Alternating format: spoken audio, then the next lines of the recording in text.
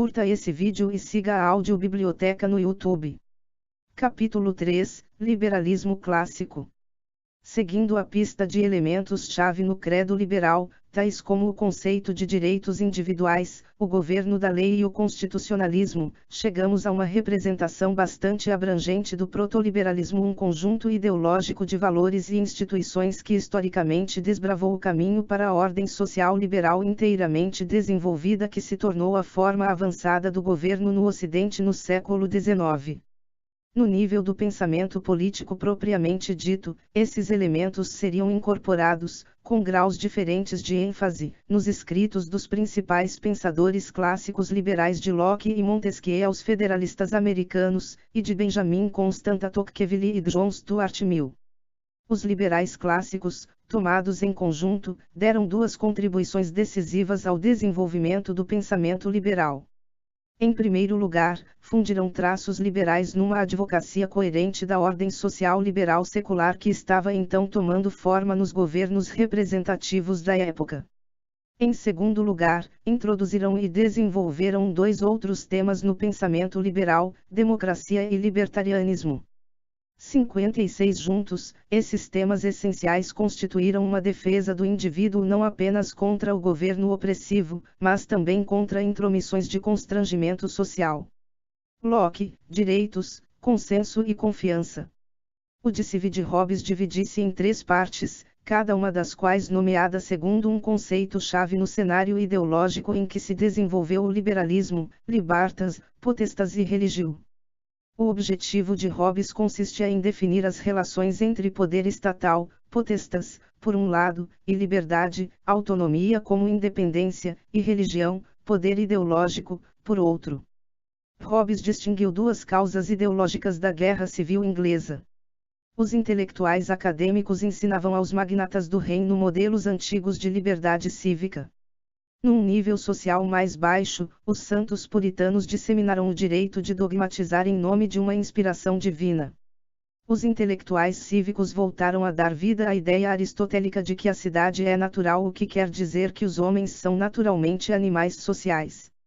Mas, nas circunstâncias da Inglaterra de 1640, o resultado foi pura desordem. Os puritanos também tornaram sua fé um motivo de subversão e regicídio.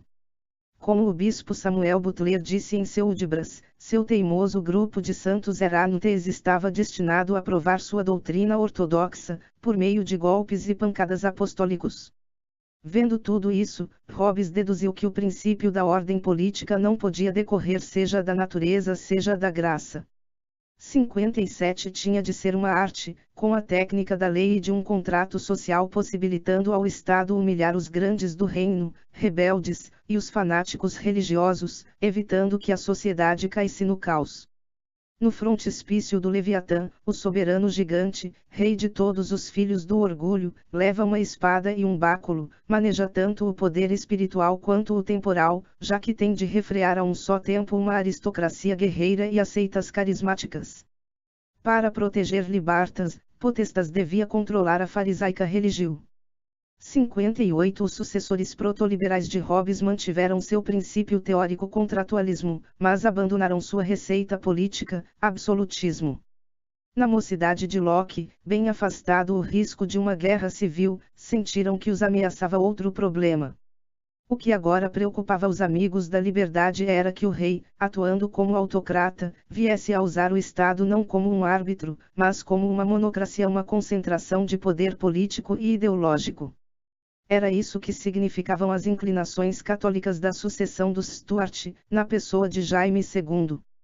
Já a Libertas não se encontrava protegida pela Potestas, ao contrário, Potestas ameaçava recorrer à religião para esmagar Libertas. A luta contra a autocracia dos Stuart tornou-se crítica por causas da crise da exclusão, por volta de 1680. Estava em jogo a possível exclusão, pelo parlamento, da ascensão ao trono do Duque de York, que 5 anos mais tarde se tornaria Jaime II. Iniciou-se nesse momento a brecha entre Tories e Whigs. Eram Tories os partidários do rei, eram Whigs aqueles que resistiam às políticas da coroa. Em 1680 foi impresso um tratado escrito muito antes por um contemporâneo de Hobbes, Sir Robert Filmar. Seu título era Cristalino, Patriarca, uma defesa do poder natural dos reis contra a liberdade natural do povo. Filmar afirmou que a sociedade não passava de uma família ampliada.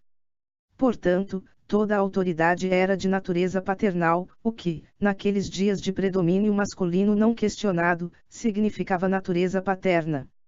Para Locke, um erudito profundamente envolvido com a oposição Whig por meio da associação de toda a sua vida com o primeiro conde de Shaftesbury, no entanto, esta analogia entre autoridade política e paterna era completamente falsa. Locke devotou o primeiro de seus 2 tratados sobre o governo a uma rematada refutação da tese patriarcal. Para Locke, a liberdade do povo era bem natural na realidade, era um dom de Deus ao homem. O poder monárquico era mais necessário do que natural, e existia preeminentemente para a proteção das liberdades naturais dos cidadãos. O capítulo 15 do segundo tratado separa enfaticamente poder civil dos 2 outros tipos de domínio, poder paternal e poder despótico. Uma velha tipologia, endossada por Grotius, em De Iure Belli AC Paces, livro 2, Capitã 5, dissera que o poder sobre o povo pode provir de 3 fontes: nascimento, consenso e crime. O poder natural resulta do nascimento, o poder despótico, igualado com o domínio sobre os escravos, provém alegadamente da conquista em guerras justas, daí ser a escravatura uma punição por agressão injusta.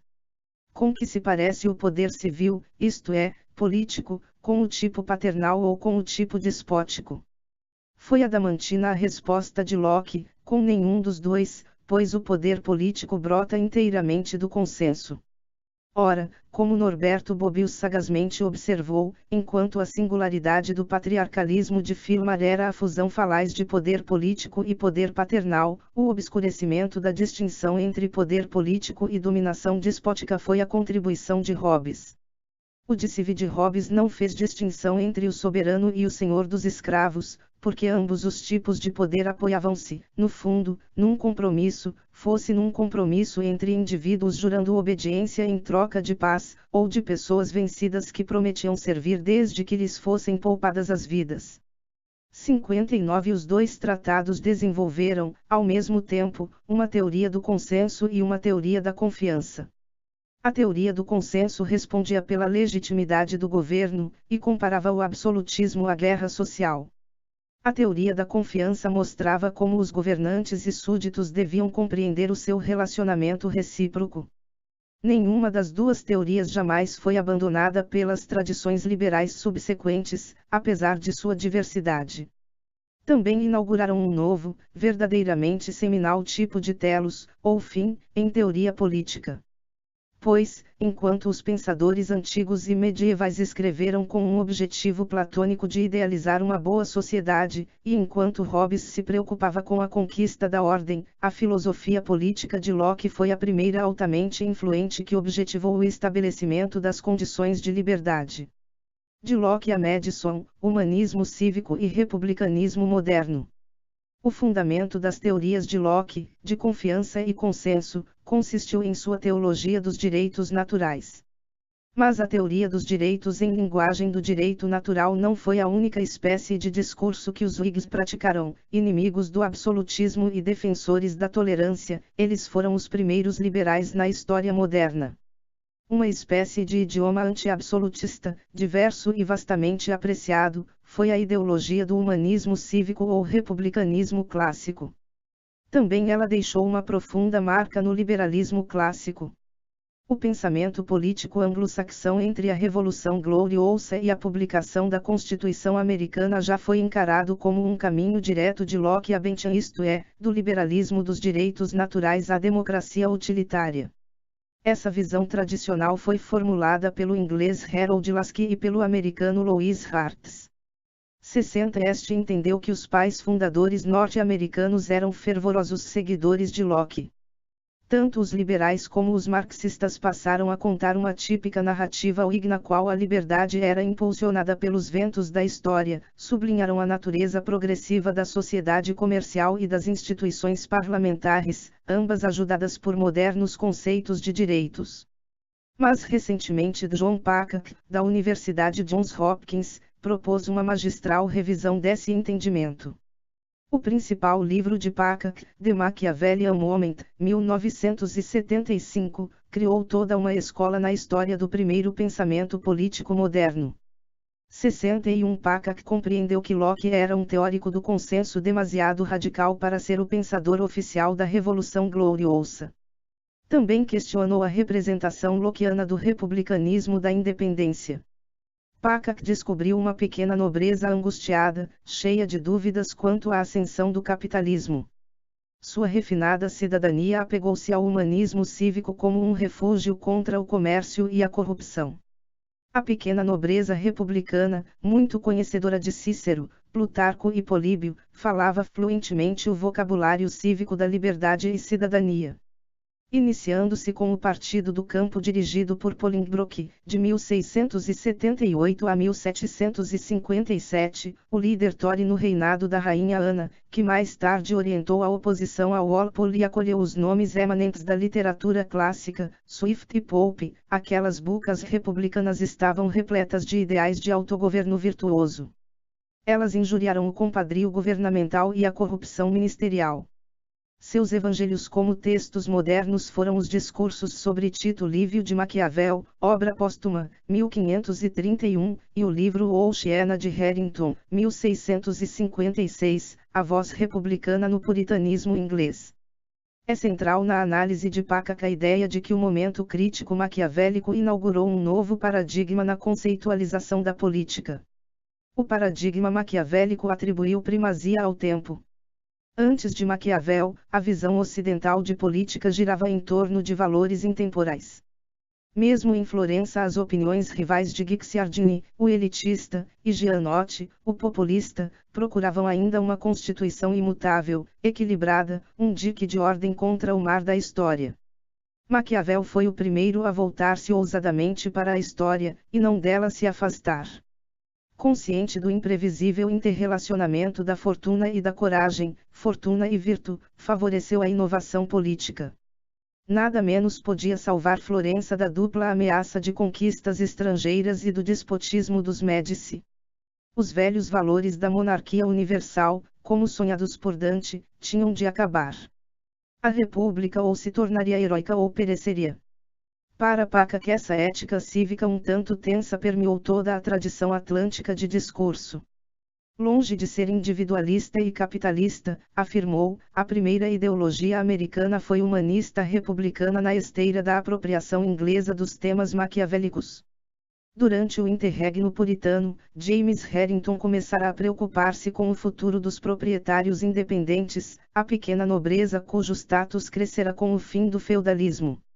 Harrington queria prosseguir, contra Cromwell, com milícias da pequena nobreza, uma ideia favorita no pensamento de Maquiavel, e suspeitava que a propriedade comercial acarretava dependência.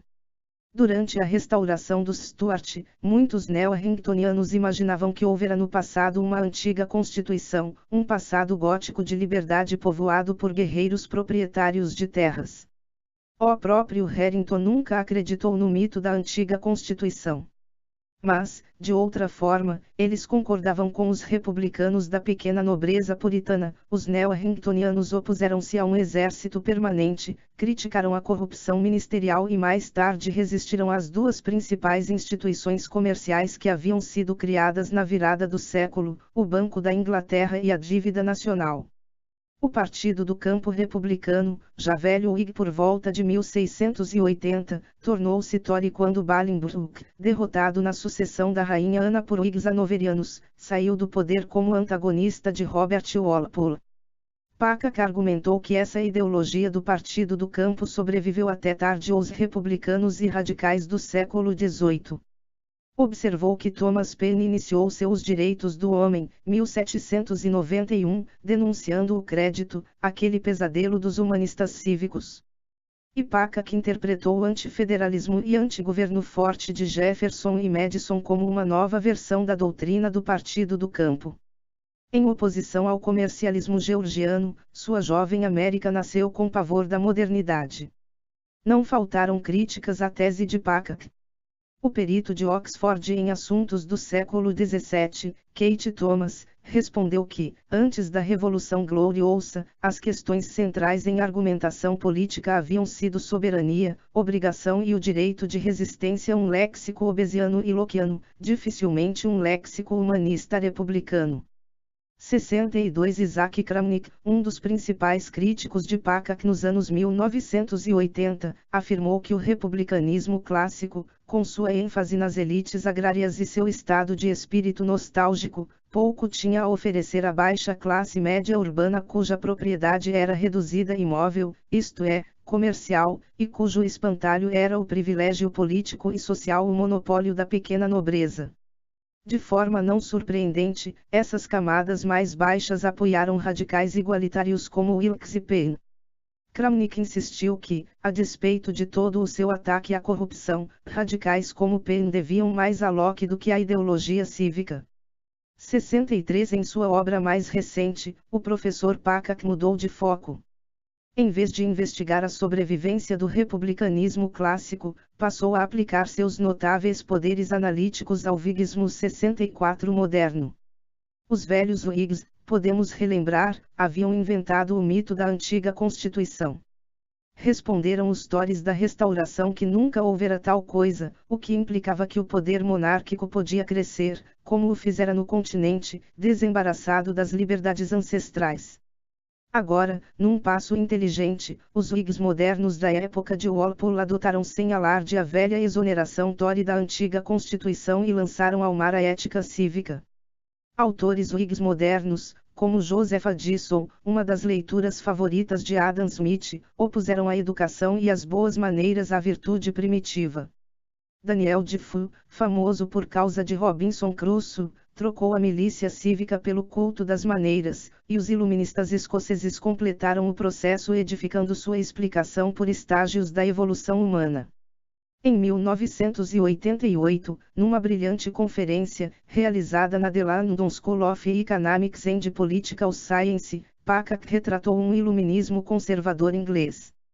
65 Com Hume, Gibbon e Smith como figuras centrais, esse iluminismo conservador tentou defender a administração hanoveriana dos ataques das contra-elites, tanto religiosas como radicais republicanas. Mas sua ideologia era uma espécie definitivamente liberal modernizadora. Num sentido, tinha alicerces hobbesianos, pois insistia em ordem política e paz social sob a inteira proteção do poder soberano. Nesse meio tempo, por contraste, as colônias americanas, feridas pela afirmação britânica de poder imperial, retornaram a um discurso lockeano. Jefferson recorreu a uma linguagem de direito natural e à tese da antiga Constituição para asseverar que, estabelecendo-se na América, os colonos ingleses haviam ingressado no estado da natureza e, portanto, gozavam de liberdade para celebrar um contrato social. A autoridade britânica prevalecia sobre suas capacidades federativas, mas não sobre suas capacidades legislativas, ou seja, taxação. Packard reconheceu explicitamente que o populismo lockeano, contornado na Inglaterra em 1688, foi adotado pelos insurretos americanos nas décadas de 1760 e 1770. Como David Epstein demonstrou em The Political Theory of the Federalist, 1984, os autores de The Federalist Papers, James Madison, Alexander Hamilton e John Jay, enquadraram-se muito na tradição do populismo lockeano. Epstein penou para mostrar que eles haviam proposto uma forma de governo estritamente republicana ou inteiramente popular, que a República Americana, em tamanho e sistema, não podia deixar de ser muito diferente de uma antiga democracia, do que decorreram os ataques do The Federalist ao antiquarianismo de Rousseau, que a argumentação republicana do The Federalist funda-se numa psicologia realista que compreende os impulsos políticos de pessoas e não apenas seus impulsos econômicos, e que Enquanto a antiga democracia em pequenas repúblicas passou por cima do problema da justiça em favor do bem comum, as sociedades civilizadas não podiam evitar uma grande porção de diversidade e, em consequência, tinham de resolver o problema de garantir o bem de cada parte, a saber, justiça. 66 Equiparando o governo popular com uma ampla república federalista, o The Federalist Papers tentou lidar com a tarefa de equilibrar interesses e facções, liberdade e justiça. Como escreveu Madison, aumentando a esfera, inclui-se uma maior variedade de partes e interesses, tornando assim menos provável uma usurpação majoritária dos direitos dos outros. Mas Hamilton e Madison tinham consciência de que essa solução federalista significava despedir-se do republicanismo clássico. Compreenderam que uma república grande e heterogênea diminuiria a necessidade de virtude cívica, enfraquecendo as facções no interior de um vasto conjunto nacional. Além disso, Hamilton contava com uma paixão específica, o amor ao poder e à fama, para atrair os ricos e virtuosos à vida pública, mesmo que numa sociedade comercial a virtude pudesse constituir no máximo apenas um gracioso acessório da riqueza. Enquanto Jefferson sonhava com a virtude agrária no interior de uma autarquia na Arcádia de Rousseau, Hamilton aprofundava a apreensão psicológica do liberalismo, e Madison tratava de inventar uma maquinaria republicana que se adaptava à moral múltipla de uma sociedade comercial. Jefferson permaneceu escravo da democracia local direta, mas os republicanos federalistas apegaram-se ao governo representativo. Queriam empregar a liberdade política para proteger e fortalecer ao máximo a autonomia civil. Em outras palavras, preocupavam-se em recorrer ao conceito francês de liberdade como um meio de fomentar a experiência da liberdade inglesa. Em termos políticos, havia bastante lugar no liberalismo clássico para elementos da ideologia cívica, como também para princípios liberalistas progressistas de origem iluminística, para não falar em crenças em direitos naturais que partiam de Locke e Paine. No caso americano, o único exemplo maior da implementação republicana na época, um novo elemento conceitual mostrou-se não menos importante: a preocupação constitucionalista. Tal preocupação ultrapassava a velha ideia polibiana de equilíbrio social refletido na Constituição, com a aristocracia representada no Senado e o povo nos comícios, além de seguir o Conselho de Montesquieu de separar e equilibrar os poderes ou ramos da autoridade soberana. O tema constitucional flui de Montesquieu a Madison.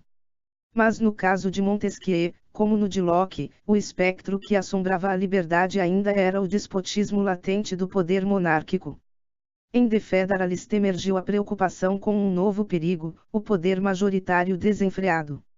A mesma preocupação reapareceu na crítica de Benjamin Constant a Rousseau: não basta transferir o poder, impõe-se também claramente delimitá-lo.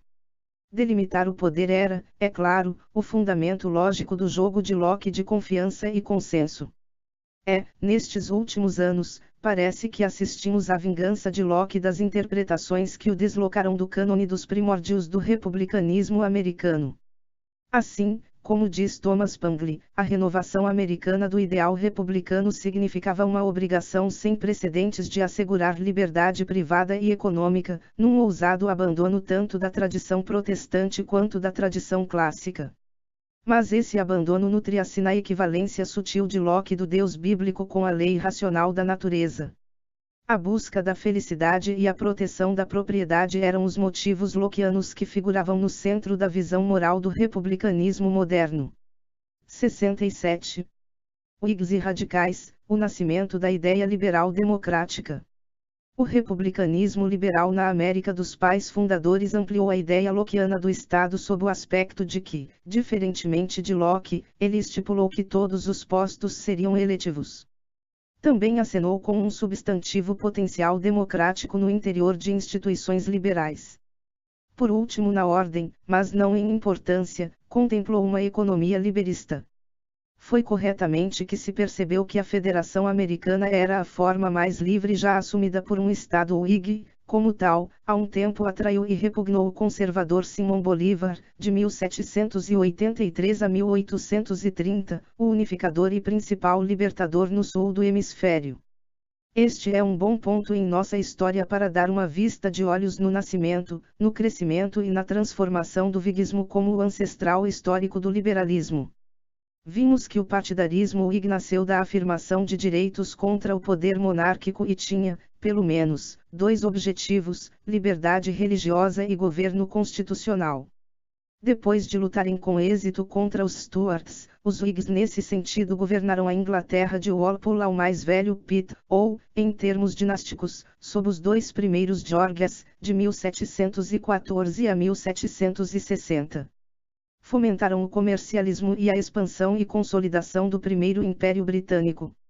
Impelidos para a oposição no longo reinado de Jorge III, conseguiram retornar brevemente ao comando em 1806, dirigidos pelo adiantado liberal Charles James Fox, de 1749 a 1806, o grande opositor parlamentar do jovem Pitt. Àquela altura já havia um elenco reconhecível de posições Whigs. Em primeiro lugar, figurava um latitudinarismo moral, uma relutância em aceitar que há uma melhor maneira de viver ou um bem comum suscetível de definição por qualquer monismo ético. Em segundo, figurava o individualismo, com a consequente rejeição de visões orgânicas da sociedade.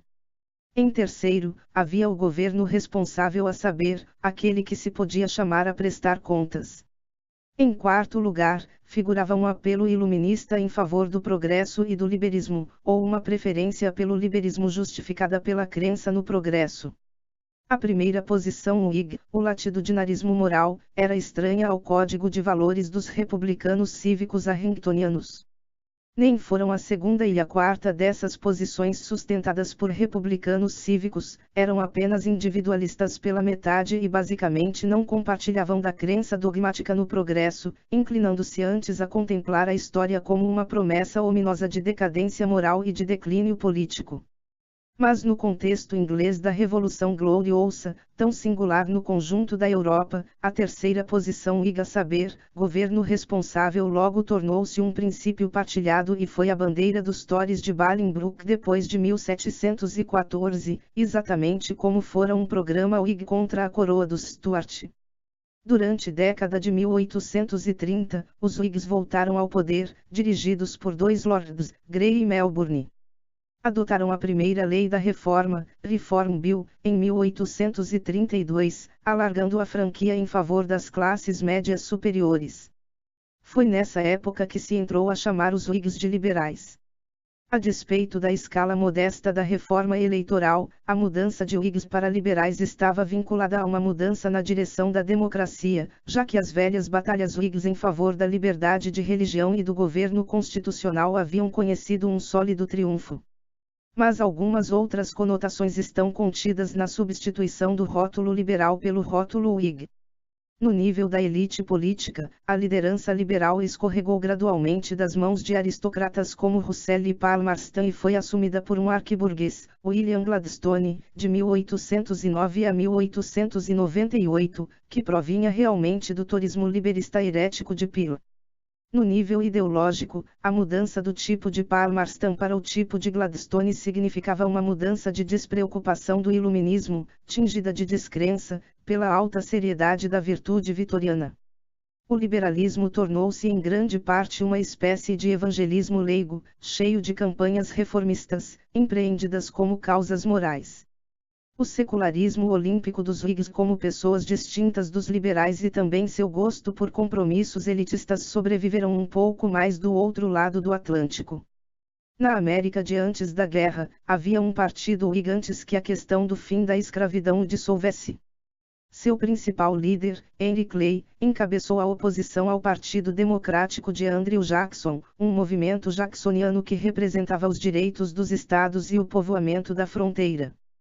Contudo, exatamente como na Inglaterra de meados do século, os Whigs patrícios do Reform Club ingressaram na grande corrente do liberalismo burguês de Gladstone. Na década de 1850, os Whigs americanos, com seu grito de combate, liberdade e união, de Daniel Webster, ingressaram no Partido Republicano de Lincoln.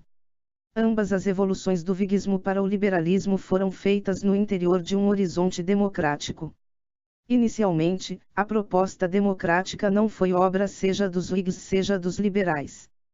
Além da fórmula americana do federalismo republicano, a ideia de democracia representativa tinha pelo menos 3 fontes. Uma era a esquerda de Locke, tal como incorporada na Teoria de Direitos Naturais de Tom Paine, 1737-1809, o militante de 2 revoluções, a americana e a francesa. Criado como um quaker de Norfolk, Paine acreditava, como Locke, que os homens formam sociedades para assegurar seus direitos naturais, e não para deles se despirem.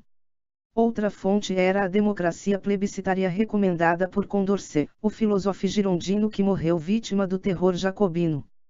Em terceiro lugar, a democracia também foi promovida pela escola utilitarista fundada em Londres por Jeremy Bentham, de 1748 a 1832. Paine e Bentham são, com frequência, apelidados de pensadores radicais, e, na verdade, os utilitaristas passaram a ser conhecidos como radicais filosóficos. Quando o Partido Liberal Britânico se formou depois da Reform Bill e da rejeição às leis do milho, 1846, ele tinha 3 principais componentes: Whigs como Russell, o primeiro-ministro da Reforma, Tories liberistas como Gladstone e radicais benthamistas. Assim, o registro empírico histórico justifica encarar os utilitaristas como membros da grande família liberal. O primeiro golpe ideológico de Bentham foi sua crítica do grande jurista William Blackstone, de 1723 a 1780. As conferências de Blackstone em Oxford haviam proporcionado uma exposição lúcida e humana da lei consuetudinária. Mas seus pressupostos justnaturalistas, grotianos, e seu constitucionalismo conservador irritaram o jovem Bentham. A Fragmenton Government, 1776, mergulhado como estava no reformismo esclarecido de Helvécio e Beccaria. Bentham rejeitou a ênfase de Locke nos direitos naturais, dos quais zombou como tolices com base em nada. De Locke, disse ele, a lei devia receber os seus princípios; de Helvécio, o seu conteúdo.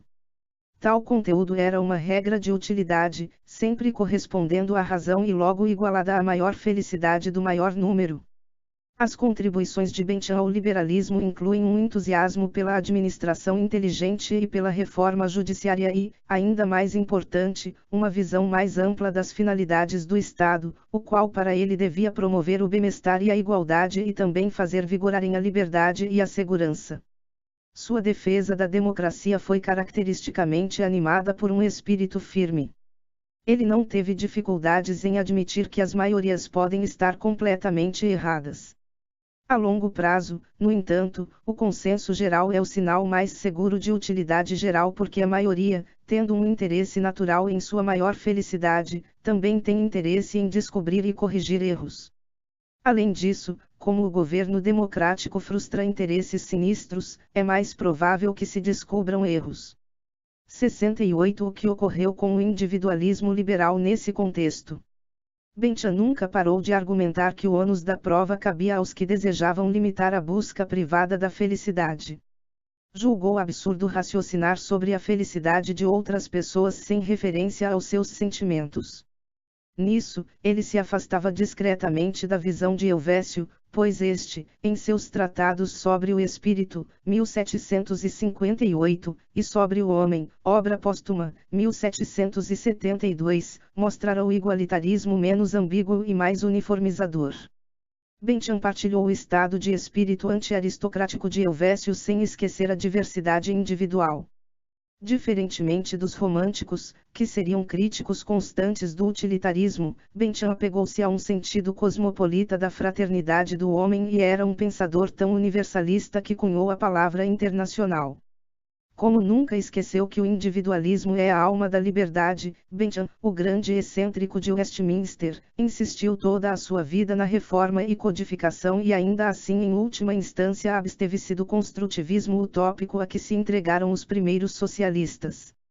Como Shirley Letrin percebeu, o seu utopismo era mais para o modesto, livre da ilusão de que a política ou receitas políticas podem dirigir toda a vida da sociedade ou alterar por inteiro a estrutura da natureza humana. 69 Se, Como se observou com tanta frequência, falando em termos éticos, o utilitarismo parecia muitas vezes superficial, sociologicamente significava liberação de magnânimos definidores do bem comum, impingido asceticamente ao indivíduo anônimo por elites que se tinham autonomiado, com a consequência inevitável da hipocrisia e repressão. Em profundidade, portanto, a ligação entre utilitarismo e democracia parece longe de contingente. Em nome do progresso, os utilitaristas patrocinaram, na Inglaterra, várias reformas produtivas tanto no período final do rei Jorge quanto na época vitoriana na Inglaterra, por exemplo, nas escolas, fábricas e no saneamento público. Edwin Chadwick, que vivia com Bentham na época em que o mestre morreu, participou de inúmeros comitês para legislar segundo essas linhas. A jurisprudência inglesa moderna começou com o Benthamita John Austin, 1790-1859. Outros discípulos, como James Mill e o classicista George Grote, um parlamentar da Reform Bill, figuraram entre os principais fundadores da Universidade de Londres. Os benthamitas foram os primeiros reformadores na jovem Inglaterra industrial, principais provedores de mudança institucional e racional numa sociedade que se modernizava e que ansiava por mudança. 70 Clamando por uma democracia genuinamente inclusiva, até mesmo mediante o voto secreto, e promovendo amplas reformas, os utilitaristas ultrapassaram o que quer que restasse do elitismo ou ignos arranjos originais do republicanismo americano. Outro princípio liberal, o liberalismo, foi rapidamente implementado. James Mill, que escreveu o primeiro compêndio inglês de economia, trabalhou como um autêntico elo de ligação entre Bentham e Ricardo, cujos princípios de economia política, 1817, proporcionaram à economia política clássica sua formulação definitiva. Contudo, o liberalismo não significou o laissez-faire dogmático. Longe de ser um artigo de fé nos clássicos da economia, o laissez-faire rígido foi pregado muito mais tarde por não economistas, tais como Herbert Spencer. A política estatal britânica, depois de 1830, tornou-se crescentemente intervencionista, e em grande parte a responsabilidade disso pode ser atribuída à influência benthamita até a década de 1870. A questão consiste em saber se os utilitaristas eram antiliberistas ou apenas liberistas não dogmáticos. Como foi muito bem dito, Bentham e seus seguidores eram favoráveis a um governo mais eficiente, porém criticavam a ampliação do governo. 71 O zelo reformador de Bentham procurou consistentemente remover as leis que restringiam a liberdade, e isso logo o tornou amigo do liberalismo. O mesmo ocorreu com reformadores benthamitas como Chadwick. Além disso, o primeiro coletivismo vitoriano, por mais real que fosse, era muito mais social do que econômico. A conclusão meditada dos melhores historiadores ainda consiste em que o século como um todo foi de fato uma idade do laissez-faire 72, e isso tanto na prática como na teoria. Sua reflexibilidade nesse ponto não torna, de qualquer maneira, os utilitaristas, ou economistas clássicos, menos liberistas. Os primeiros liberais franceses, de Constantin Guizot. Voltemo-nos agora para a sorte do liberalismo fora do mundo anglo-saxão. Na Alemanha do início do século XIX, existiam pelo menos dois ramos principais de pensamento liberal: o republicanismo cosmopolita dos panfletos pós-revolucionários de Kant, notadamente sua Paz Perpétua, 1795, e o liberalismo inspirado na noção de Bildung, brevemente examinada no capítulo 1, do grande humanista Wilhelm von Humboldt, embora o ensaio juvenil de Humboldt sobre os limites do Estado somente tenha sido publicado muito mais tarde. Mas, na Alemanha, até a Revolução de 1848, a filosofia política dominante era hegeliana, e Hegel não era um liberal. Antes, sua filosofia do direito, 1821, representou uma grande tentativa de inserir a sociedade civil moderna, com seu vigoroso individualismo burguês, na estrutura de um Estado holista que acomodaria as hierarquias tradicionais do antigo regime. Como Suárez 2 séculos antes, Hegel tentou cavalgar duas épocas.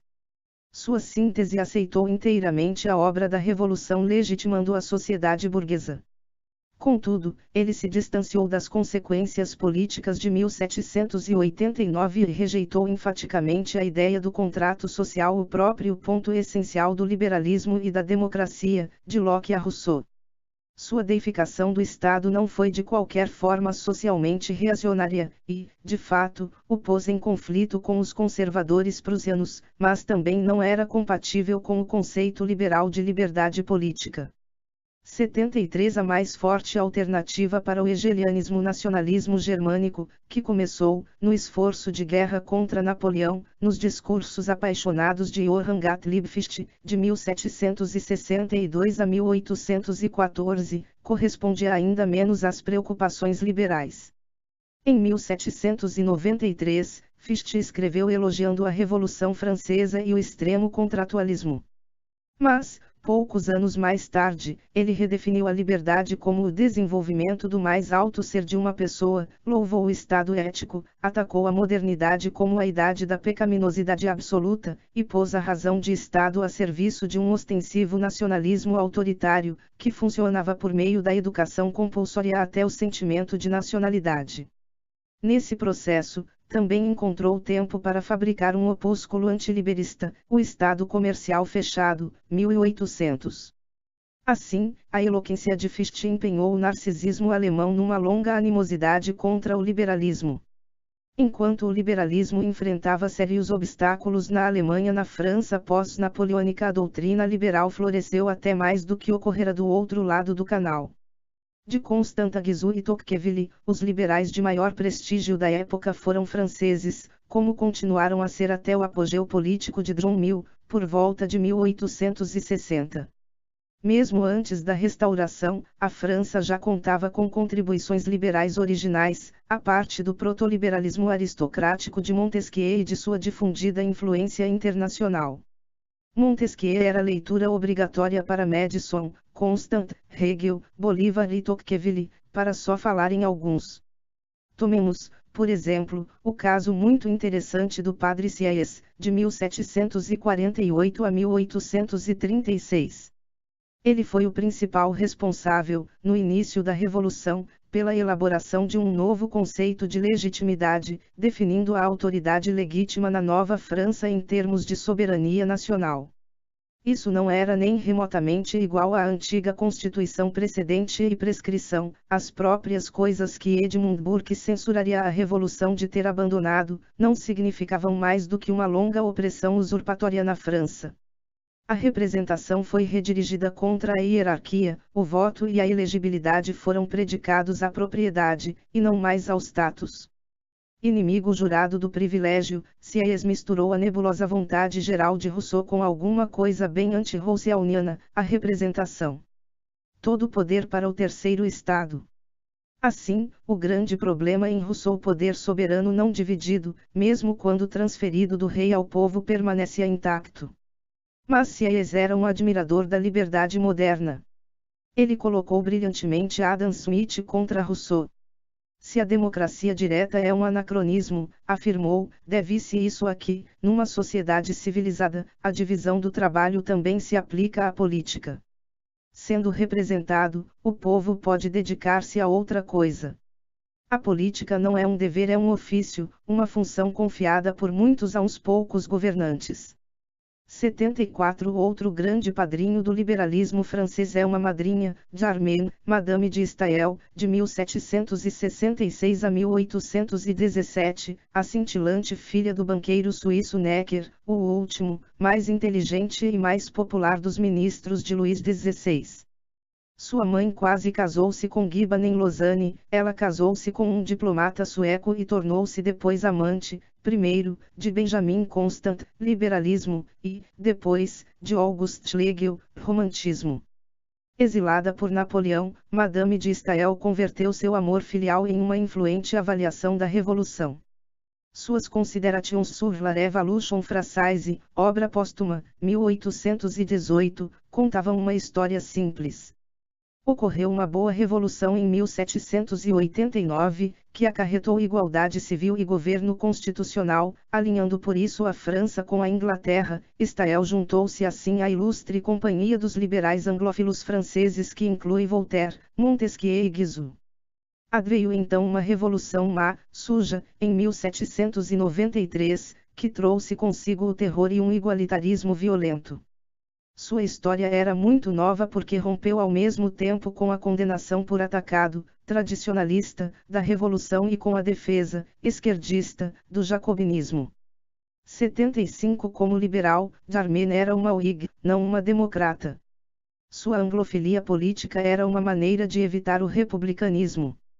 E sob o encanto dos românticos alemães, que ela introduziu na Europa num livro notável, de Elie Olemagne, em 1800, valorizou a religião.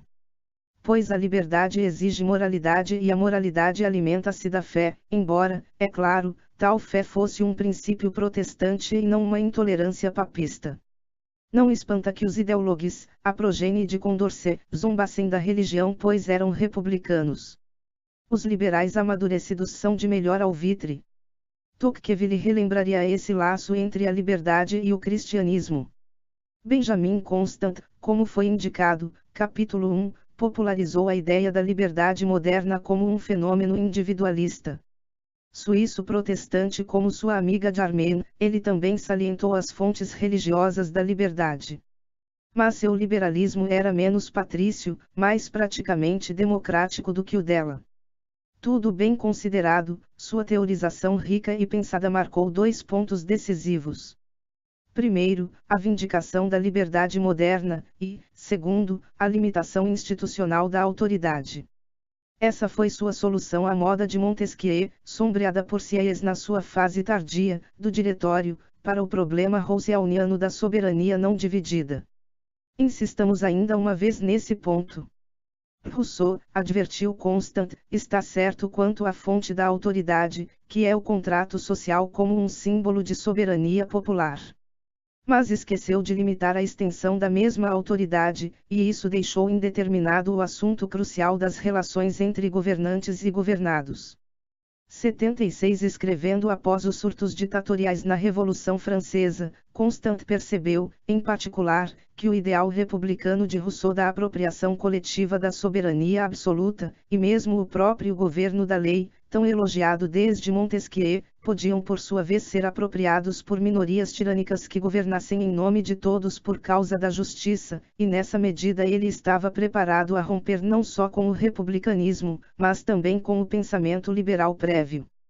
Entre Constant, seu grande constitucionalismo após Sieyès, e a ascensão de Tocqueville, o liberalismo francês prosperou entre os assim chamados doutrinários. Seu líder foi Royer Collard, de 1763 a 1845, que, como Constant, encarou a soberania como um perigo potencial. Orador cativante, Royer Collard era constitucional, mas não devoto do poder parlamentar. Para ele, a Câmara, diferentemente da Assembleia de Sieyès, não tinha autoridade sobre os ministros. Como liberal da Restauração, Royer Collard julgou a Revolução com menos benevolência do que Constant e do que Madame de Staël. Ele apreciou a conquista da igualdade civil, mas achou que o desaparecimento do antigo regime dissolverá a sociedade, desbravando o terreno para a centralização administrativa. O controle do poder na sociedade atomista amedrontava o mesmo fantasma que assombraria Tocqueville. Do círculo doutrinário proveio o principal ministro de Luís Philippe, 1830-1848, François Guizot, de 1787 a 1874. 77 Protestante e historiador acadêmico oriundo da burguesia provincial, Guizot explicou a história ocidental em termos de ascensão da sua própria classe. A Revolução de 1789 nada mais fizera do que declarar o seu advento, tal como ocorrera em 1688 na Inglaterra. A civilização moderna refletia a força de 2 impulsos distintos, um nacional e o outro liberal. A construção da nação apontava para a unidade, enquanto a luta pela emancipação humana fazia com que a liberdade crescesse. Guizot justificou o absolutismo francês com fundamentos históricos, porque este ajudou e muito o impulso nacional. Contudo, lamentou que o absolutismo paralisara o impulso liberal cerceando a reforma na França. Em 1789, a adoção do princípio da representação nacional prometeu liberalizar o país, mas os jacobinos e Napoleão estragaram tudo. Consequentemente, 1789 estabelecerá uma sociedade mas não um Estado. Coube à Revolução de 1830 a tarefa de completar a Grande Revolução, implantando a monarquia constitucional e um governo responsável. Mas, como ministro de Luís Felipe, Guizot foi perseguido pela perspectiva de outros levantes revolucionários e, portanto, recusou-se teimosamente a ampliar a inclusão social. Com o dobro da população da Inglaterra, a França tinha muito menos eleitores do que esta última depois da Reform Bill. O calvinista que havia em Guizot levou-o a abandonar a velha glorificação liberal da soberania popular, com seus fundamentos de pressupostos otimistas quanto à natureza humana. Ele substituiu a soberania popular por uma meritocrática soberania da razão. A política devia ser deixada às capacidades das elites burguesas, enquanto um programa nacional de educação básica elevaria gradualmente o resto da nação a padrões morais e intelectuais dignos da cidadania como um todo. De forma bastante estranha, enquanto em teoria o seu parlamentarismo era mais avançado do que os doutrinários da Restauração, a prática política de Guizot era bastante reacionária, resultando em linha direta na Revolução de 1848. O liberalismo francês nasceu, no salão da Madame de Staël, como uma ruptura moderada com o exorcismo reacionário de 1789. Guizot conferiu-lhe um aspecto demasiado conservador, tão conservador que muito parecia, na prática se não no espírito, com o reacionarismo sob nova forma.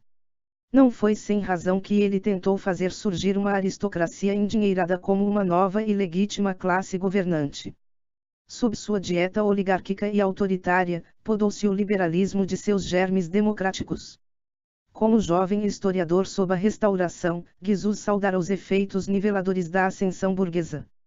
Mas, como estadista, opôs firmemente à liberdade à dinâmica da igualdade. No fim, deixou o liberalismo francês muito atrás de Constant. O liberalismo analisa a democracia, Tocqueville. Outra figura de destaque entre os liberais franceses, ao lado de Constant, foi Alexis de Tocqueville, de 1805 a 1859. Ele odiava Guizot e tornou a igualdade e a democracia as principais preocupações de sua obra.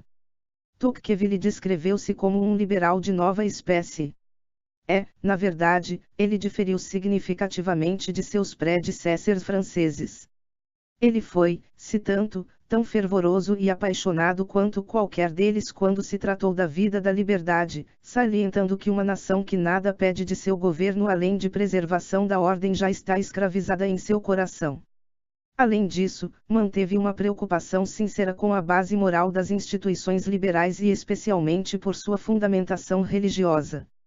Se Benjamin Constant, protestante, fez da religião uma preocupação de toda uma vida, Tocqueville provavelmente foi ainda mais devoto. Seus documentos íntimos mostram que a sua formação jansenista moldou sua visão do homem e da moral. Nem foi menos anglófilo, em seu amor à autoridade parlamentar, do que qualquer dos liberais constitucionais que o precederam.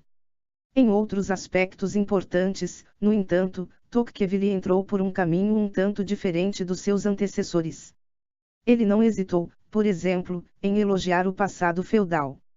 Aos olhos desse nobre normando, a aristocracia nada tinha de mal em si mesma.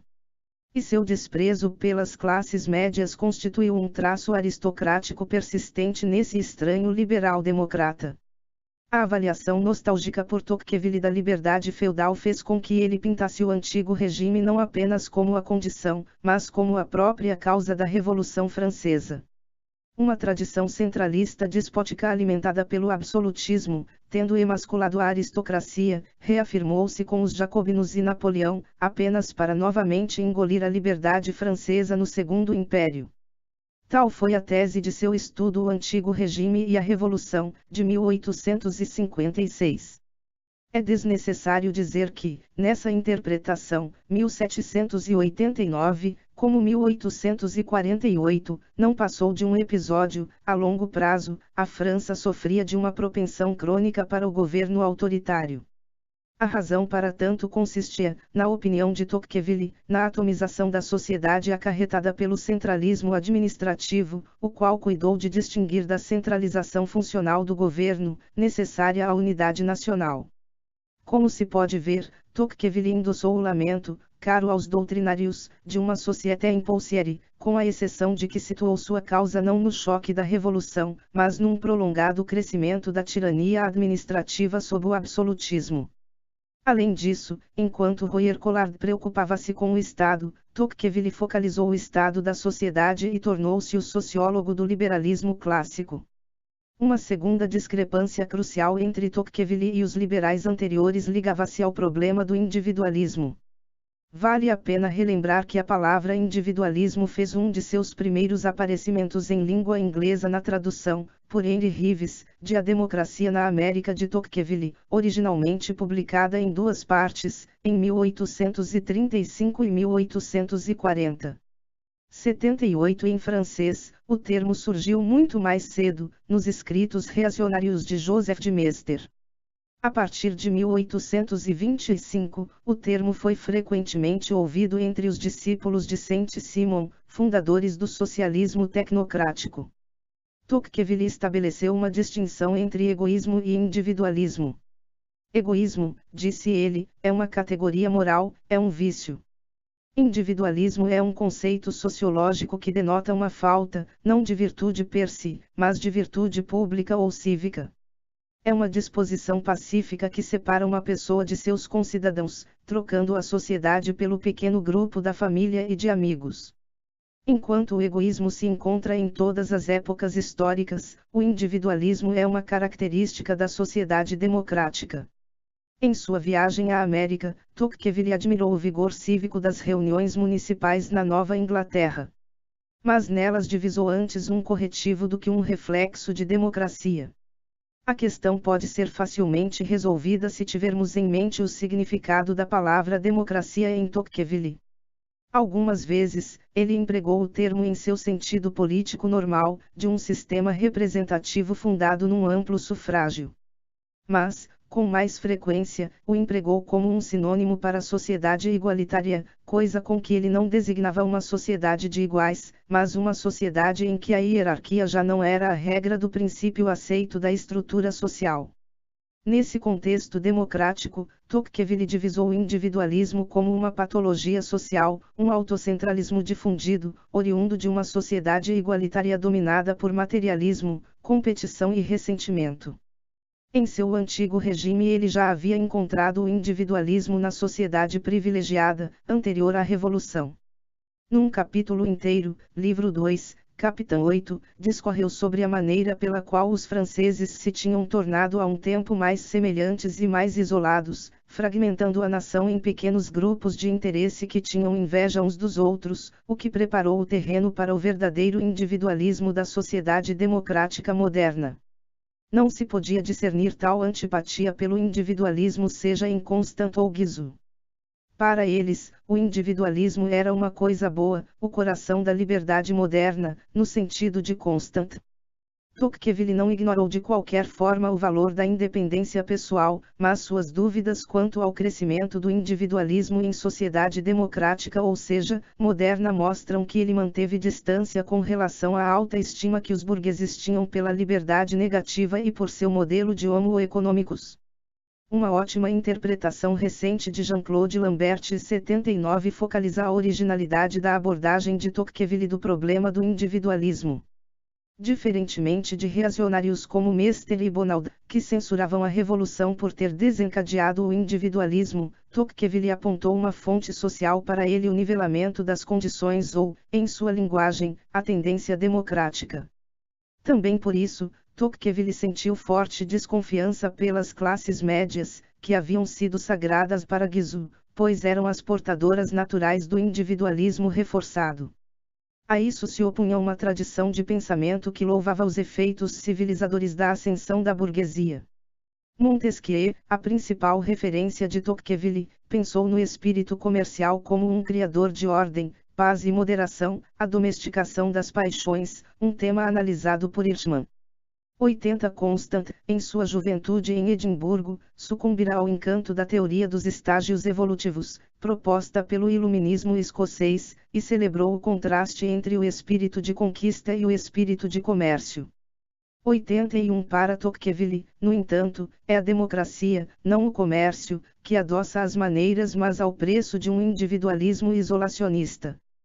Tocqueville não aceitou a crença iluminista na força civilizadora do comércio, mas também não seguiu a idealização conservadora, tão proeminente em Burke, da Igreja e da cavalaria na Idade Média como fatores de refinamento, pilares idos de um mundo nobre desfigurado pela ascensão do comercialismo vulgar.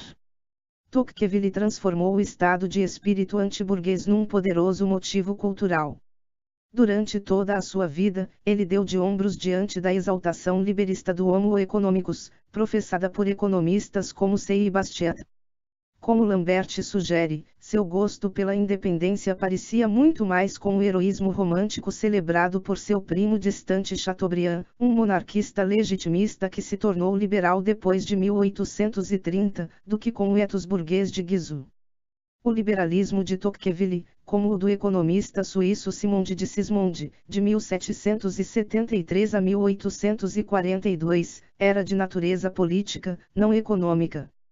Com 36 anos de idade, Tocqueville, famoso pela publicação de A Democracia na América, ingressou na academia como o novo Montesquieu. Como viu Raymond Aron, Tocqueville tirou do espírito das leis uma perspectiva crítica da interpretação da igualdade. Nas monarquias de Montesquieu, a liberdade estava atada às distinções entre classes sociais do reino e o sentimento feudal da honra. Os despotismos de Montesquieu, por outro lado, eram sistemas dominados pela igualdade no interior da servidão geral. Tocqueville definiu a democracia pelo impulso para a igualdade, e demonstrou que a igualdade não resulta, necessariamente, em liberdade. A democracia gera o individualismo, e individualismo significa aspirações materialistas e falta de virtudes cívicas. No entender de Lambert, Tocqueville escreveu o que seria o último arrobo do humanismo cívico.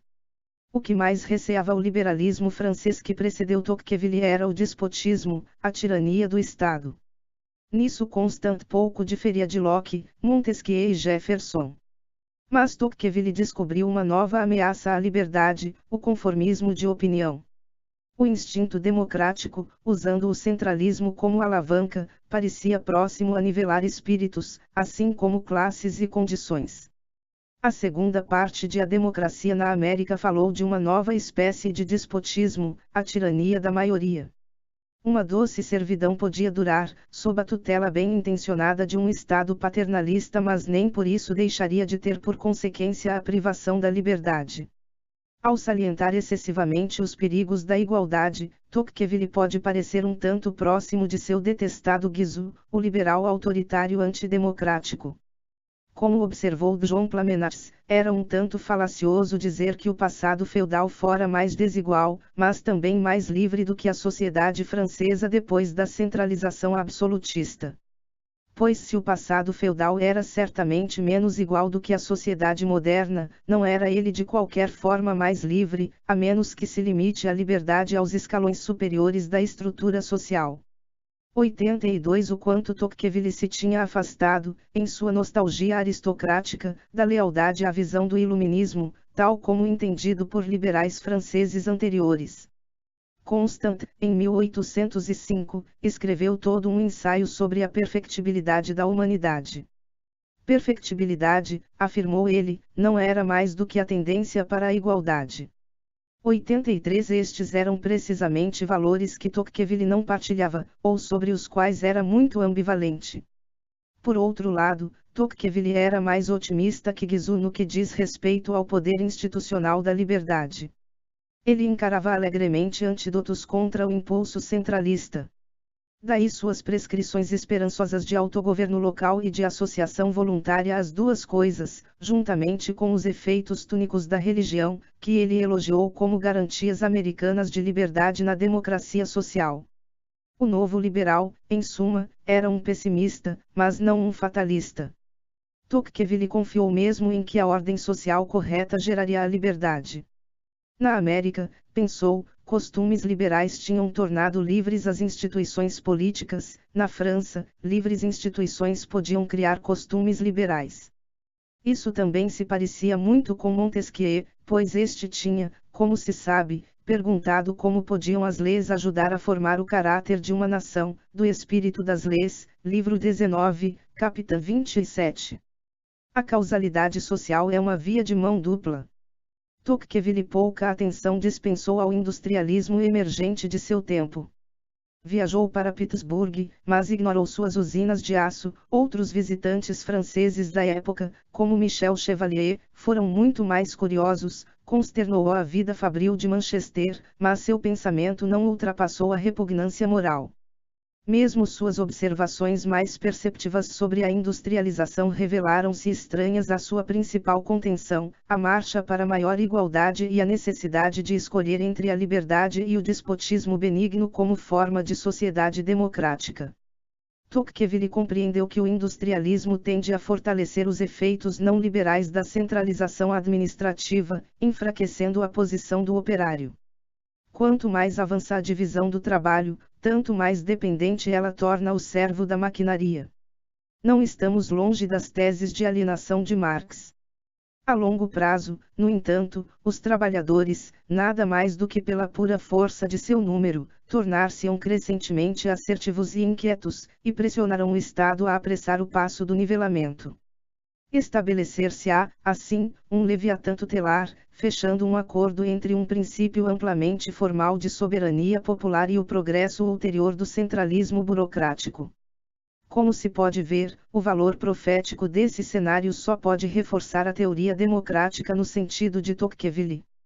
Por contraste, outras variáveis foram por ele ignoradas. 84 A partir de 1840, a obra de Tocqueville afastou-se da democracia para focalizar cada vez mais a revolução. 85 Poder-se-ia dizer que seus sofisticados devaneios sociológicos acabaram partilhando a obsessão de Guizot com ameaças revolucionárias. Isso é um tanto irônico, porque o liberalismo francês começara descartando a demonização reacionária da revolução. Sente-se aqui a peculiaridade do liberalismo clássico francês, uma referência constante à revolução, suas origens, sua infindável sequela. Diferentemente dos liberais ingleses entre Locke e Mill, os franceses não estavam justificando uma ordem social, mas tateavam em busca de uma, no curso cheio de altos e baixos da política francesa de Waterloo a Sedan. Em geral, os conservadores franceses eram reacionários que queriam extirpar completamente a obra da Revolução.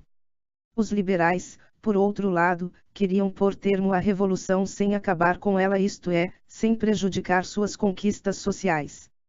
Nisso, pelo menos, Constant, Guizot e Tocqueville concordavam, mas ainda havia muito desacordo quanto aos métodos de normalizar a liberdade política no mundo da igualdade civil criado pela Revolução, ou, nas palavras de Tocqueville, por ela ratificado. Tocqueville foi capaz de relacionar alguns instintos liberais na evolução democrática da sociedade moderna. Mas basicamente deixou-os à sombra, e sobretudo deixou a impressão de que como amigo sincero da liberdade ele estava apenas resignado à democracia como igualdade. É oportuno dizer ainda algo antes de nos despedirmos dos liberais clássicos franceses. A pouca afeição de Guizot pelo laissez-faire e a atitude morna de Tocqueville para com a sociedade comercial parecem sustentar aqueles que afirmam que o primeiro liberalismo não foi uma ideologia da burguesia mercantil e industrial, mas o instrumento de uma aristocracia decadente ou de uma camada culta mais interessada na razão e no debate livre do que no lucro, mercado e progresso. A descrição lambertiana de Tocqueville como um humanista cívico tardio concorda com tal interpretação revisionista, a qual um erudito italiano, Ettore Como, devotou todo um livro. 86 Nenhum deles cita Pacac, mas ambas as obras parecem sugerir temas pocoquianos que persistem muito além de seu período, que vai de Harrington a Jefferson. O Santo Libertário, John Stuart Mill. Os textos que coroaram o liberalismo clássico, os de John Stuart Mill, 1806-1873, manifestam uma influência conspícua de Tocqueville. Mill foi um francófilo que amava dois aspectos do pensamento francês de que ele tristemente sentia falta na Inglaterra: teoria e política progressista de um tipo radical. Cedo na vida ele namorava ideias saint-simonianas ou, melhor dizendo, o ethos saint-simoniano. Em sua autobiografia, O Clássico do Gênero no Século, Mill escreveu de forma comovente a respeito de sua crise mental de 1826, quando sofreu uma depressão nervosa por passar a duvidar do valor de sua formação arqui-intelectualista e empobrecedora dirigida com zelo por seu pai James, um fervoroso benchamita. A busca de sentimento por parte de Mill, em lugar de pura análise, levou-o a descobrir Coleridge, Carlyle e Saint-Simon. Coleridge, o fundador do romantismo inglês, era, como tal, o próprio contrário de Bentham. Carlyle, o futuro sábio de Chelsea, atacou o mamonismo, o elo argentário, capitalismo, e a era mecânica, industrialismo. Sua prosa flamejante, em Sartor Resartus, 1833, e Past and Present, 1843, não poupou o utilitarismo de Bentham e James Mill, satirizou o cálculo gerador de felicidade, a aferição benchamita do prazer e da dor como um horrível miinho triturador, em inglês, grinding Mill. O trocadilho não deixou de ter efeito no jovem Mill, que estava em completa, embora tardia, rebelião edípica. O saint-simonismo oferecia-lhe um tipo muito diferente de crença no progresso, com uma mística do altruísmo e sacrifício em lugar da fria satisfação objetivada pela ética utilitária. 87 Mill, tendo esgotado sua veia romântica, entrou na idade madura como o autor de duas obras-primas racionalistas, O Sistema de Lógica, 1843, e Os Princípios de Economia Política, 1848, os quais, a despeito de seu agnosticismo, tornarão-se compêndios na ainda clerical Axbridge. E manteve-se fiel ao individualismo liberal em sua rejeição firme da tecnocracia autoritária recomendada pelo maior dos saint-simonianos, Auguste Comte, de 1798 a 1857. Cerca do início da década de 1850, no entanto, ele se engajou em questões práticas, de que se aproximou com um espírito de liberalismo de esquerda militante. A mudança de sentimentos em Mill decorreu de sua reação entusiástica às revoluções de 1848, uma sublevação que apavorou extremamente Comte, mas que Mill esperava que tornasse republicana toda a Europa. Também estava muito sob a influência de sua mulher, Harriet Taylor, uma devota libertária. À sua memória está dedicado o mais famoso ensaio de Mill, On Liberty, 1859. On Liberty deve a Tocqueville seu permanente cuidado com a tirania da opinião. Temendo a perspectiva da uniformidade chinesa, Mill chamou a atenção para a necessidade de preservar os antagonismos de opiniões. Em seu tratado mais político, Considerations on Representative Government, 1861, ele defendeu a representação proporcional como sistema eleitoral com o objetivo de garantir o respeito à diversidade ideológica. Mill também partilhava com Tocqueville um respeito pela moral cívica e uma fé no valor educativo da participação democrática.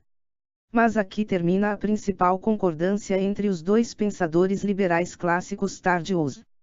As respectivas visões do mundo estavam muito longe de serem idênticas.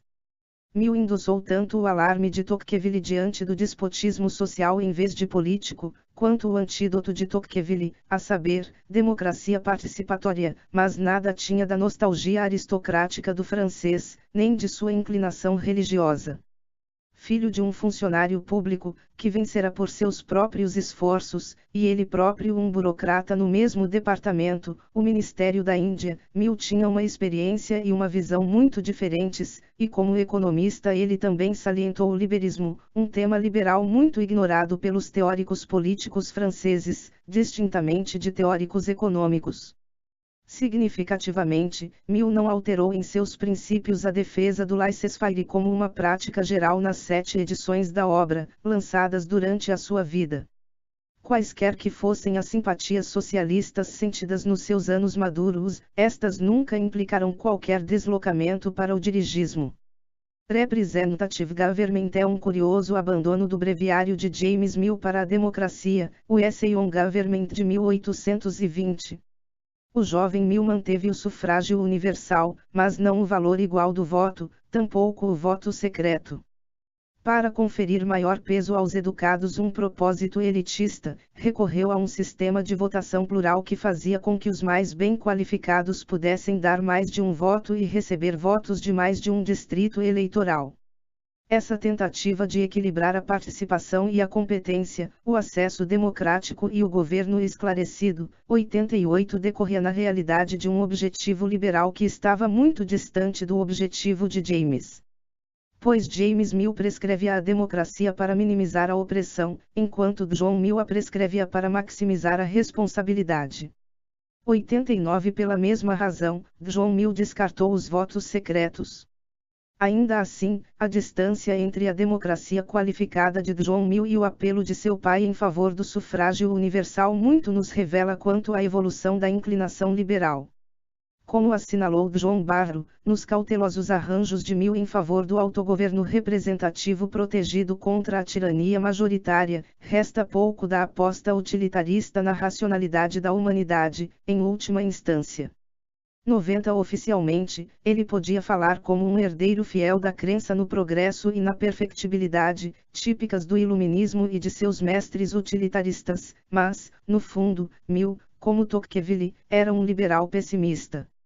Resenhando o segundo volume de A Democracia na América, na Edinburgh Review, 1840, Mill objetou que Tocqueville havia exagerado o impacto da igualdade e subestimado o dinamismo do comércio. Afinal de contas, disse Mill com sarcasmo, o Canadá francês era uma sociedade tão igualitária quanto os Estados Unidos, embora lhe faltasse o empresariado móvel, aquela sede impaciente de progresso, que também era tão conspícua na Inglaterra marcada pela desigualdade social. Na aparência, isso parece um cordial regresso ao louvor do iluminismo ao progresso. Mas Mill já não via a sociedade comercial como uma idade de melhoria. Em seu ensaio Civilization, 1836, afirmou que seu efeito era um aumento na dependência de cada um da sociedade e um geral afrouxamento da energia individual. Não é necessário dizer que tal visão entrópica da história opunha-se fortemente ao primeiro utilitarismo. A angústia histórica não era o forte de Bentham. O pessimismo subjacente de Mill não o impediu de formular reivindicações progressistas. Ele propôs a reforma agrária como uma solução para a questão irlandesa, e cooperativas de produtores como uma maneira de democratizar a propriedade. Escreveu um opúsculo feminista apaixonado, The Subjection of Women, 1869. Desde o dia em que foi preso na adolescência por distribuir propaganda em favor do controle da natalidade, seu zelo reformista nunca se abateu, e na década de 1860 ele era o deputado progressista em Westminster. Assim, o que resulta difere consideravelmente da síndrome de Tocqueville, já que, a despeito de todo o seu elitismo, a personalidade política de Mill era muito mais adiantada do que a de Tocqueville. É por essa razão que tantos ainda o julgam, como nunca seria possível julgar Tocqueville, uma ponte intelectual entre o liberalismo clássico e o socialismo liberal. On Liberty foi interpretado como um manifesto do individualismo. Proibiu a interferência do Estado no comportamento que só interessa à própria pessoa, e exaltou a liberdade de procurar o seu próprio bem à sua própria maneira. Mill viu a liberdade como coisa essencial ao autodesenvolvimento, um tema que tomou de empréstimo a Humboldt. Uma individualidade desimpedida e uma esfera abrangente de privacidade são necessárias à cultura da personalidade. Além disso, ele demonstrou que a liberdade é amplamente instrumental no fomento do progresso. Seu objetivo, como um liberal utilitarista, ou seja, como alguém que não argumentava a partir de qualquer posição de direito natural, consistia em proporcionar à liberdade um lugar central em utilidade, demonstrando seu papel-chave na felicidade e na formação do caráter. 91. Depois que Mill abandonou o conceito passivo do espírito sustentado por Bentham e por seu pai, sua própria ideia de felicidade tornou-se inseparável da atividade, e da atividade de escolha em particular. 92 Esse traço alemão de liberalismo autotélico combinou-se com uma preocupação por autonomia, liberdade política, e com um gosto pela experiência e pelo experimento. A liberdade era, entre outras coisas, uma abertura à experiência no sentido de que esta significava uma disposição a ser crítico, ser livre de preconceito e de dogma. O conservadorismo era para Mill, acima de tudo, uma má epistemologia, fundada na intuição, em vez de o ser na indução, em sabedoria acolhida e crença não examinada, em vez de o ser num tipo inquisitivo de espírito. Mill prescreveu, ao mesmo tempo, experimentação moral e força de caráter, apelando assim para os dois lados da alma vitoriana, o ascético e o estético, ou, em termos de Heinrich Heine e Matthew Arnold, o hebraico e o helênico. Harmonizando o liberalismo dos princípios com o indutivismo da lógica, On Liberty tornou-se logo uma Bíblia libertária. Mill entrelaçara vários ramos do pensamento liberal. Liberdade política, autonomia negativa, autodesenvolvimento, liberdade como intitulamento, liberdade de opinião, liberdade como autogoverno, liberdade como privacidade e independência. O velho apelo protestante para a consciência, numa forma secularizada, nele estava presente, e o mesmo ocorria com a abordagem iluminística da liberdade como um instrumento de progresso. Na verdade, On Liberty foi admiravelmente complementado pela obra sobre Representative Government, já que o primeiro foi um protesto contra a tirania de opinião, e o segundo, uma receita contra a tirania da maioria. Eruditos, no entanto, discutem calorosamente a autenticidade da mensagem de Mill. Gertrude Himmelfarb, nos Estados Unidos, e Maurice Cowlin, na Inglaterra, retrataram Mill como um radical intermitente, mesmerizado pela insuportável sabichona e pretensiosa Harriet Taylor para repudiar sua própria rejeição juvenil da superficialidade utilitarista. 93 F. A. Hayek e, mais recentemente, John Gray censuraram Mill por ter separado irrealisticamente a individualidade dos contextos sociais e da tradição cultural. Outros, firmados numa leitura mais cuidadosa do grande ensaio de 1859, rejeitam essa acusação. Mill pode ter alimentado ideais elitistas utópicos, mas em On Liberty ele compensou seus receios de uma tirania de opinião majoritária com uma insistência explícita na necessidade do autodesenvolvimento geral e evitando inculcações de qualquer espécie. 94 Na década de 1860, Mill voltou a dissociar-se da posição de Comte por causa das tendências liberticidas deste. Assim, o cientificismo de Comte, um sonho de despotismo esclarecido do século XIX, serviu para realçar por contraste as intenções do próprio Mill. A Igreja positivista teria significado paternalismo, e paternalismo era precisamente aquilo que Mill mais queria rejeitar, em nome da liberdade individual. A crítica de Macaulay de que ele exagerara em sua representação do conformismo em uma idade de caracteres fortes e um tanto excêntricos é muito mais adequada. O erudito de Oxford Larry Siedentop estabeleceu uma distinção instrutiva entre os ramos francês e inglês do liberalismo clássico sumariados por Tocqueville e Mill. Os ingleses eram principalmente filósofos do espírito, como os dois Mills, e sua própria abertura à evolução pacífica da sociedade inglesa fez com que seu liberalismo fosse mais pobre em conteúdo sociológico e histórico. Por contraste, a escola francesa era constituída por historiadores e juristas, e seus liberais tendiam a tratar as instituições políticas em função das condições sociais. De igual modo, dedicaram uma atenção especial à mudança histórica e adotaram geralmente uma perspectiva comparatista. 95 A antítese de Siedentop opõe um liberalismo psicológico a um liberalismo histórico-sociológico, justificando-se apesar do grande interesse de Mill pela história francesa, Michelet, ou pela sociologia política, Tocqueville. Mas, se nos voltarmos para a história interna do liberalismo inglês, não se pode negar que o programa liberal de Mill, apesar de toda a sua inegável reticência diante da democracia, ultrapassava amplamente em espírito social e escala moral a fórmula Whig, pela qual nada mais sentia do que o maior desprezo.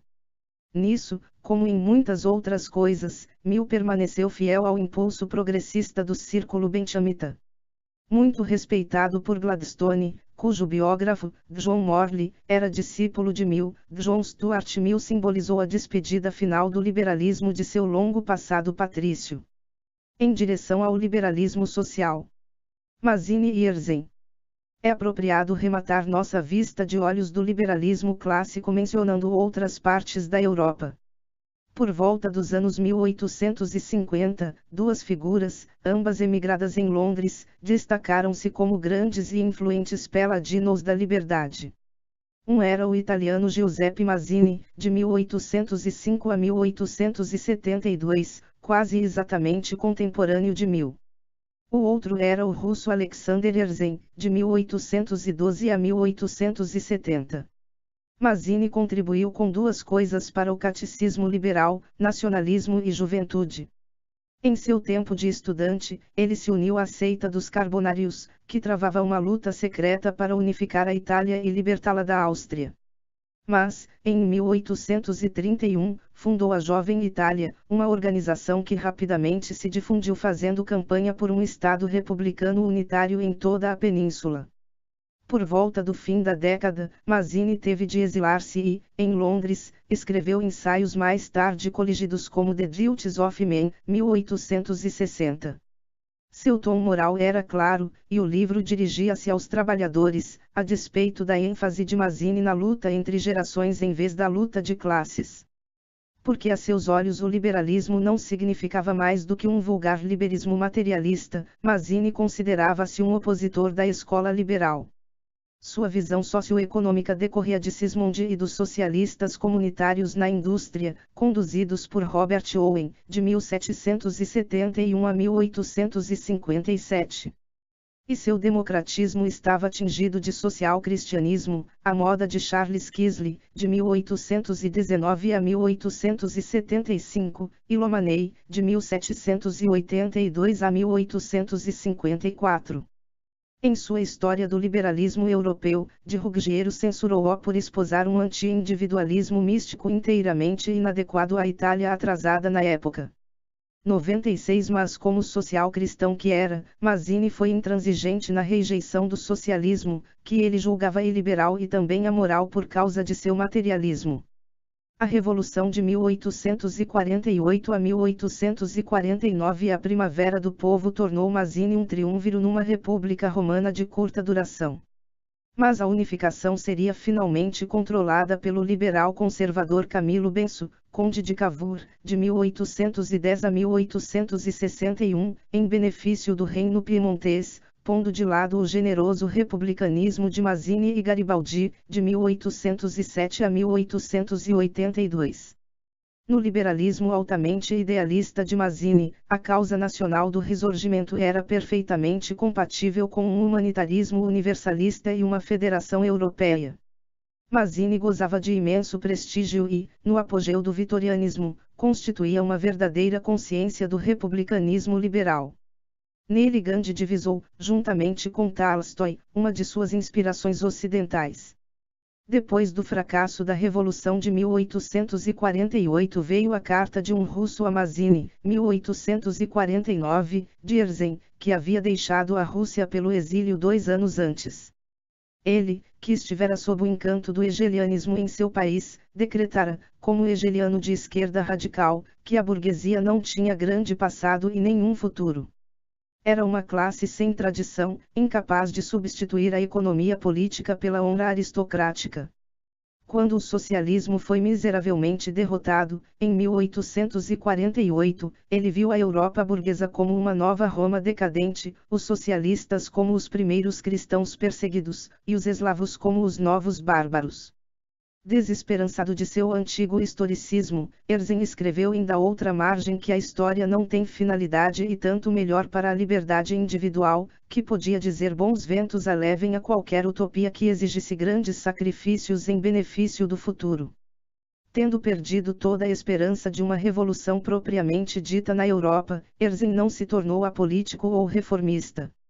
Tornou-se apenas eslavófilo. Antes de seu exílio ele fora um proeminente ocidentalista. Escrevendo a Michele, Mazzini e Proudhon e ao socialista alemão Georg Herwegh, até que descobriu que Herwegh e a bela senhora Herzen gostavam demasiado um do outro, Herzen difundiu sua concepção, e começo, de um socialismo russo. 97 Como os prévios eslavófilos, Herzen saudou o fato de que os bárbaros russos não haviam sido contagiados pelo direito romano e pelo direito de propriedade. A Rússia, prometeu, nunca seria nem protestante nem burguesa. Ao mesmo tempo, afastou-se da ortodoxia eslavófila, achando que a Comuna Aldeã era uma instituição demasiado tediosa, estúpida e conservadora, e ousou mesmo celebrar a selvagem modernização de Pedro o Grande, o jacobino coroado. Na altura da década de 1860, Herzing demonstrou uma incompreensão notável da evolução social do Ocidente. Numa série de artigos polêmicos dirigidos ao romancista Turgenev, Fins e Começos, considerou a era da burguesia, como tinham feito Mill e Tocqueville, como o reino da mediocridade. Mas salientou que a ascensão das classes médias estabilizará o capitalismo e promoverá o avanço social e material das massas, e foi até prever o emburguesamento dos trabalhadores numa era de prosperidade difundida. Pregou a usar reformas sem violência. Contudo, no espectro político russo da época, ele estava definitivamente na extrema esquerda. Quando foi fundada em 1861, a primeira organização revolucionária, Terra e Liberdade, tomou emprestado seu título da amplamente lida revista de Herzing, O Sino. Herzing deixou um testamento político em suas cartas a um velho camarada, 1869. Dirigidas a Bakunin, foram na realidade escritas como autocrítica, principalmente de suas atitudes desalentadas depois de 1848. Retomando, em boa medida, sua fé no historicismo, Herzing passou a encarar o Estado e a propriedade como algo historicamente funcional, espécies de degraus para o desenvolvimento humano. Ele censurou nas vanguardas revolucionárias a sua tentativa petrograndista de impor sua vontade às massas.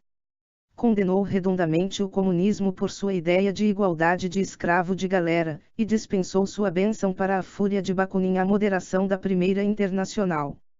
Herzing, não sendo nem constitucionalista nem uma pessoa versada em economia, nunca foi um liberal no sentido ocidental pleno, mas isso não o impediu de contribuir poderosamente para a visão libertária no credo liberal. Nossos quatro liberais clássicos tardios, apesar de toda a diferença que os separava, partilhavam algumas ideias comuns. O liberal conservador Tocqueville ensinou ao elitista Mill o valor cívico do autogoverno e os perigos do poder majoritário. Mazzini gostava de Mill o bastante para convidá-lo, em vão, a seu lar de emigrado em Blaquiat. Herzing julgava Mazzini digno de receber uma de suas principais avaliações da situação pós-1848. O próprio ano de 1848 encontrou todos os quatro do lado republicano, embora com esperanças e atitudes diferentes. Havia uma longa distância entre o tímido constitucionalismo monárquico e o senso oligárquico de Royer Colarde-Guizot, embora não tão afastados da política dos primeiros utilitaristas. Os discursos do liberalismo clássico. Muito depois do auge do liberalismo clássico tardio, o florescimento de Tocqueville, Mill, Mazzini e Herzing na metade do século XIX, William Butler Yeats perguntou num poema chamado O Sábio: o que é vigismo? 98. Uma espécie de espírito nivelador, rancoroso, racional, que nunca espia pelo olho do santo, ou pelo olho de um bêbado. 99. Yeats, é claro, não era liberal, igual de qualquer outra forma, e talvez fosse por isso que criticou como vigismo algo que era realmente mais parecido com benthamismo, na opinião de seus opositores. Quanto ao liberalismo clássico de meados da era vitoriana, este tinha certamente pelo menos dois santos, Mazzini e Mill. E eu gostaria de propor o nosso hedonista lírico Herzing como um bom candidato para o lugar de bêbado do liberalismo. Uma coisa, no entanto, nenhum deles nunca foi um Whig. O que novamente apenas mostra quão extenso havia sido o caminho trilhado pelo liberalismo, mesmo naquela fase. Num tom mais sério, poderíamos do mesmo modo concluir dando ênfase à diversidade conceitual do liberalismo clássico. O primeiro liberalismo clássico já conhecia pelo menos três tipos de discurso teórico: teoria dos direitos naturais, republicanismo cívico, e história em fases, como na economia política e na teoria social do iluminismo escocês. A evolução da doutrina liberal manifestou um progressivo desprendimento da ideologia cívica, até que um primeiro republicanismo americano, um justnaturalismo lockeano, além de opiniões favoráveis a fases evolutivas, o tema da sociedade comercial ou civilizada, levou a melhor. Então, Por volta de 1800, os benjamitas colocaram-se a uma maior distância do discurso cívico, e o liberalismo voltou a falar com a voz da utilidade, e não com a voz dos direitos ou da virtude cívica. Os primeiros liberais franceses, retomando a perspectiva de fases evolutivas, criaram ainda um novo modo, a teoria política da sociedade comercial, mais tipicamente em Constant. Quase todos os liberais clássicos franceses escreveram num idioma histórico, fundando suas afirmações numa apreensão comparatista, à moda de Montesquieu, das causas subjacentes de mudança macropolítica. As análises de Tocqueville foram simplesmente a forma mais sutil desse modo histórico-sociológico de discurso político. Mill conhecia e admirava essa aliança de liberalismo e história teórica, porém, em sua própria obra, retornou à abordagem utilitária. Por volta de 1870, somavam 5 os discursos do liberalismo, embora em mais de um caso eles estivessem combinados: direitos naturais, republicanismo cívico, economia política, história utilitária e história comparada. O primeiro tinha raízes medievais e uma decolagem justnaturalista do século XVII. O modo cívico originou-se no humanismo renascentista. E os 3 discursos remanescentes brotaram do Iluminismo, com Montesquieu, Hume e Smith como suas principais fontes teóricas. Em grandes traços, tal era o perfil conceitual do liberalismo clássico. Mas não é suficiente assinalar o enriquecimento do discurso de teoria política do protoliberalismo ao liberalismo clássico tardio. Subjacente à forma pela qual os primeiros liberais clássicos se dirigiam à natureza da ordem social e ao significado da liberdade no século XIX havia um grande divisor a partir dos dias de Locke, Montesquieu e Smith. Esse divisor foi causado pelo impacto das revoluções atlânticas do fim do século XVIII em teoria política. As revoluções americana e francesa introduziram na teoria liberal um novo princípio de legitimidade, baseado na soberania nacional em vez de o serem direitos dinásticos. E aqui foi Rousseau, muito mais do que os primeiros liberais ou protoliberais, quem deu a contribuição decisiva. Dando uma torção democrática ao discurso contratualista dos direitos, Rousseau foi o principal antepassado da ideia de que a nação, e não o rei, era a sede em última instância da autoridade política. A questão agora consistia em como conciliar a antiga preocupação liberal em limitar o poder com o novo princípio pós-revolucionário de legitimidade. Tal foi a tarefa que exercitou os espíritos de Constant e Guizot, Tocqueville e Mill, e os tornou liberais clássicos num sentido moderno.